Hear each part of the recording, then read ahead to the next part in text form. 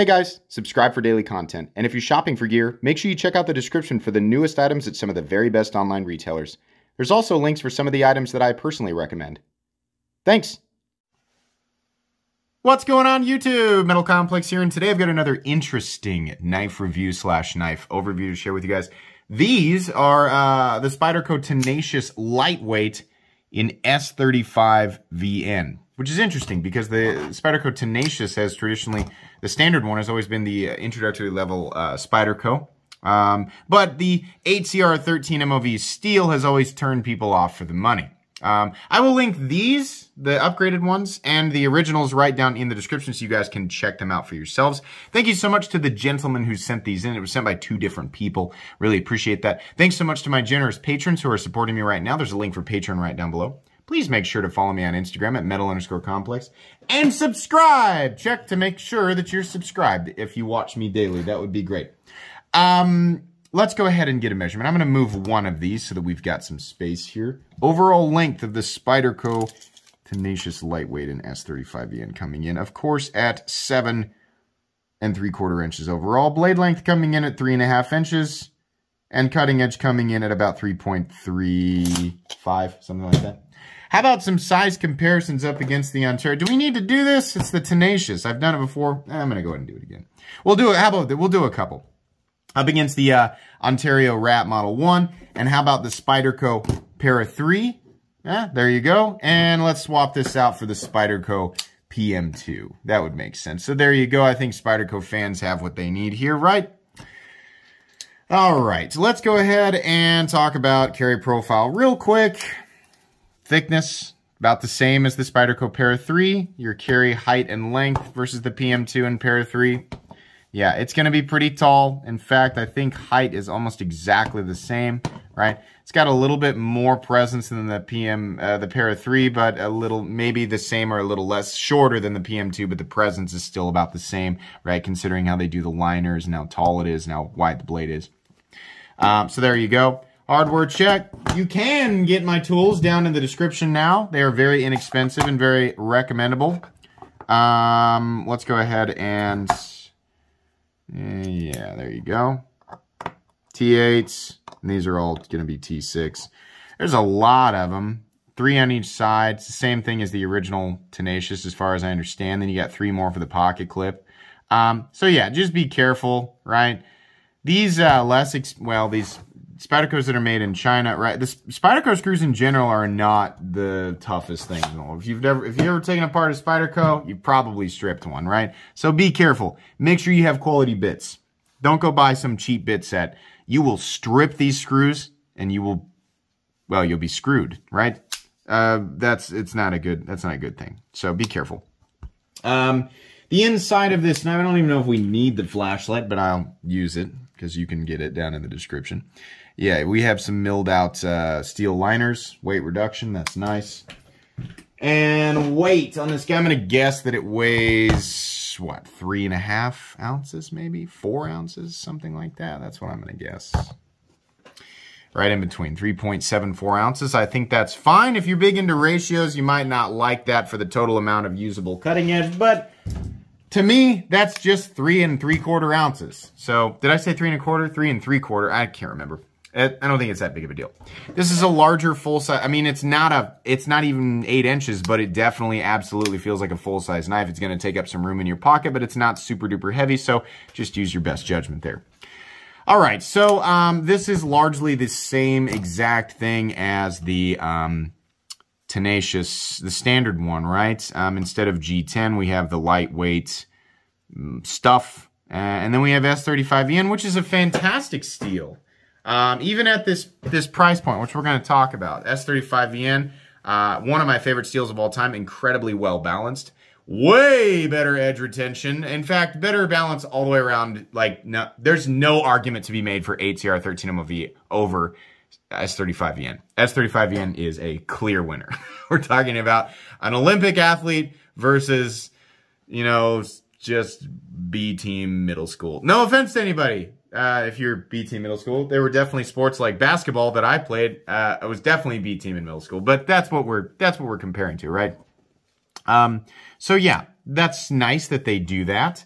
Now, I had hoped that, I was like, maybe they'll up the fit and finish game on these, right? Because these are made in China. Not all Spydercos are made in China, if you don't know. Spyderco, the company, has manufacturing in China, in Taiwan, in Japan, in Italy, and in the United States, right? This is a Chinese Spyderco. I think it's the most expensive Chinese Spyderco, at least that I've ever seen, right? I was kind of hoping the fit and finish would be a little bit better. I got two examples here that appear to be brand new.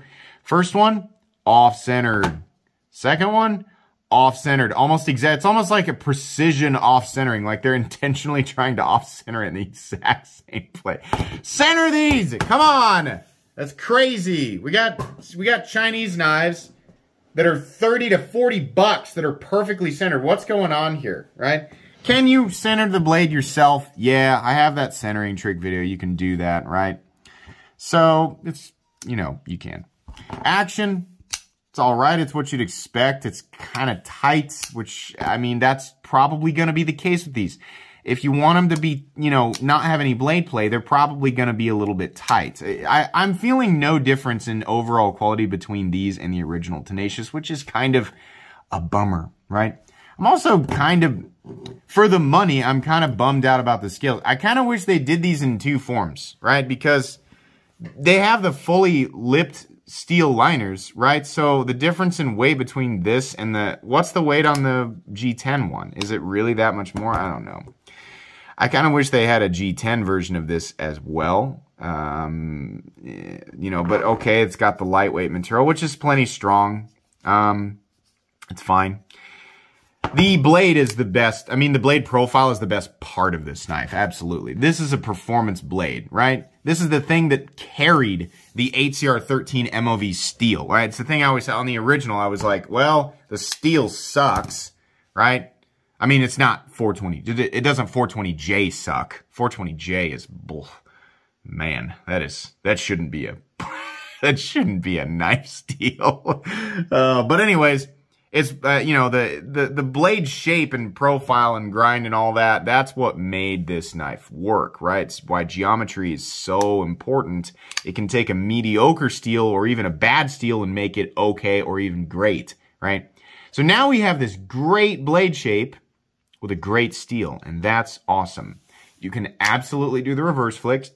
Excuse me, I was fighting off a little cough there. You can absolutely thumb flick it out, but again, you're just working against a little bit of tightness. It'll probably loosen up a bit over time, but it's never going to be that, you know, luxury amazing. This is still nice and fidgety, right? And also, I just tried to reverse flick it with the left hand, and yeah.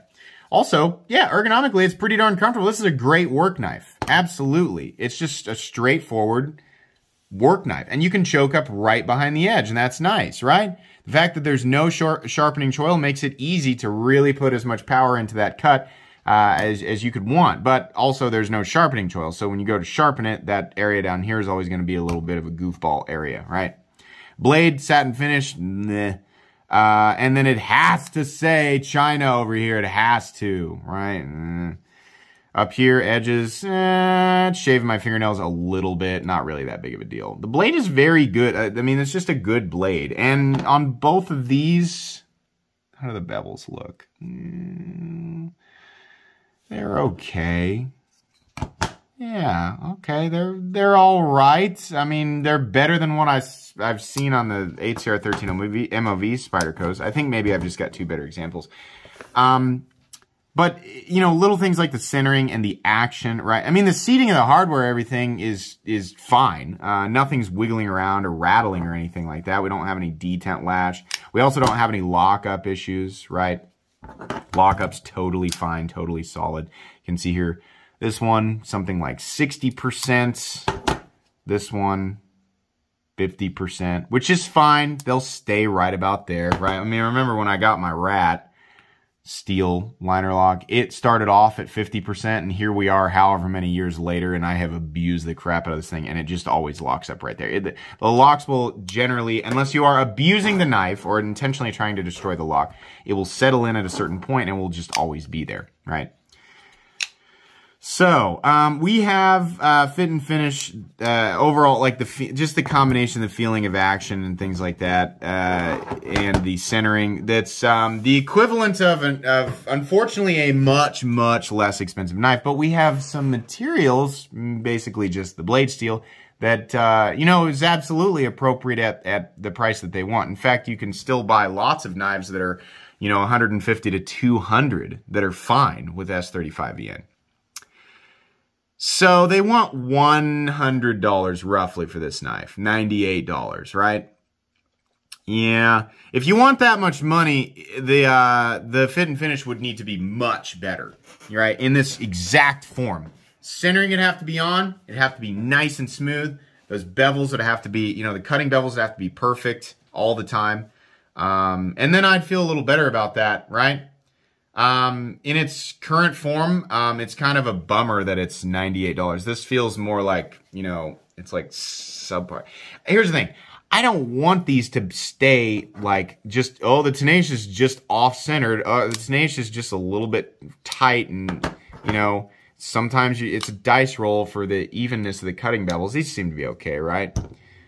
Right, the Tenacious is just a weird one, and it's just all, the fit and finish is all over the place, right? And, you know, it's just, let's just charge less for it. I don't want that.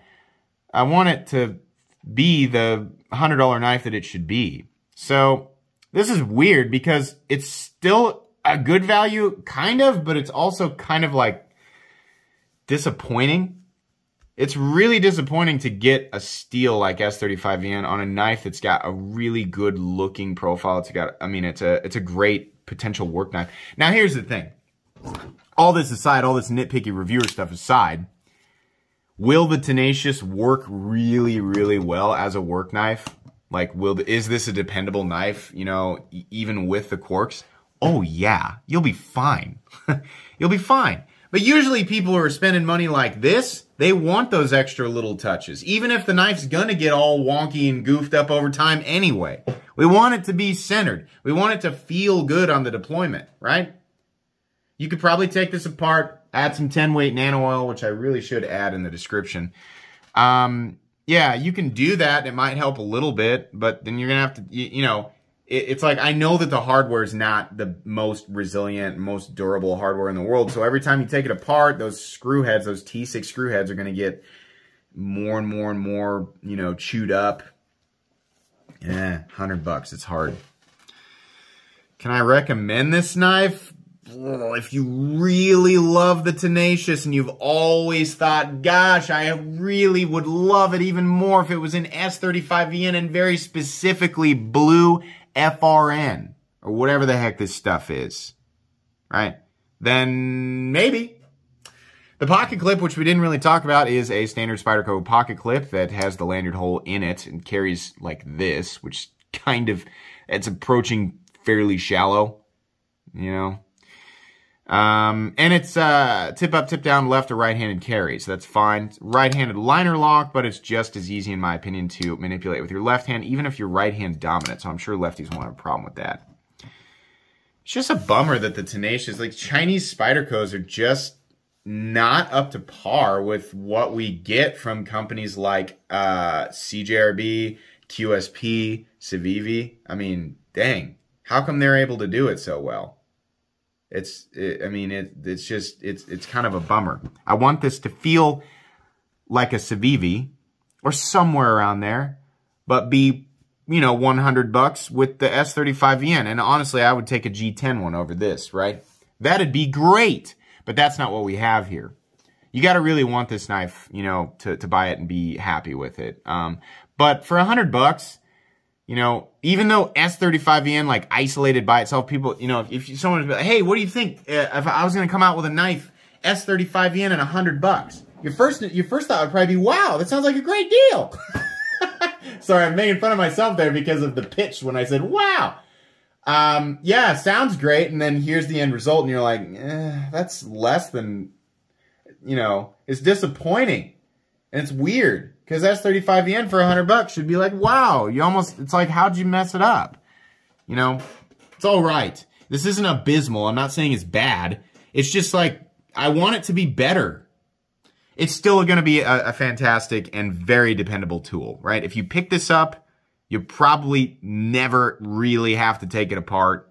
As long as you oil it every now and then and just keep on using it, probably going to be just fine. You're just going to have to deal with some goofball elements there. So you guys make your own decision. Honestly, I'm a little bit disappointed in it, and I don't know if I want to tell people to rush out and get this over some other really amazing stuff at that price point. Right? A lot of competition out there. A lot of knives that I think are a bit better. That's going to be pretty much it, guys. That's what I honestly think. I'll still link it down below so you guys can, tell me to, kick rocks, and you can get it if you want to. You don't have to listen to me. Thank you again to the gentleman who sent these in. I do appreciate that. I'm glad I got a chance to check them out. Please make sure to follow me on Instagram at metal_complex. If you enjoyed this video, leave a like. If you'd like to check out my other content, I do, of course, have lots of videos of knives that are either expensive or inexpensive that I do or don't like. So check those out. And if you enjoy all my content, go ahead and subscribe because there's definitely more coming. Thanks again for watching, everybody, and have a great day.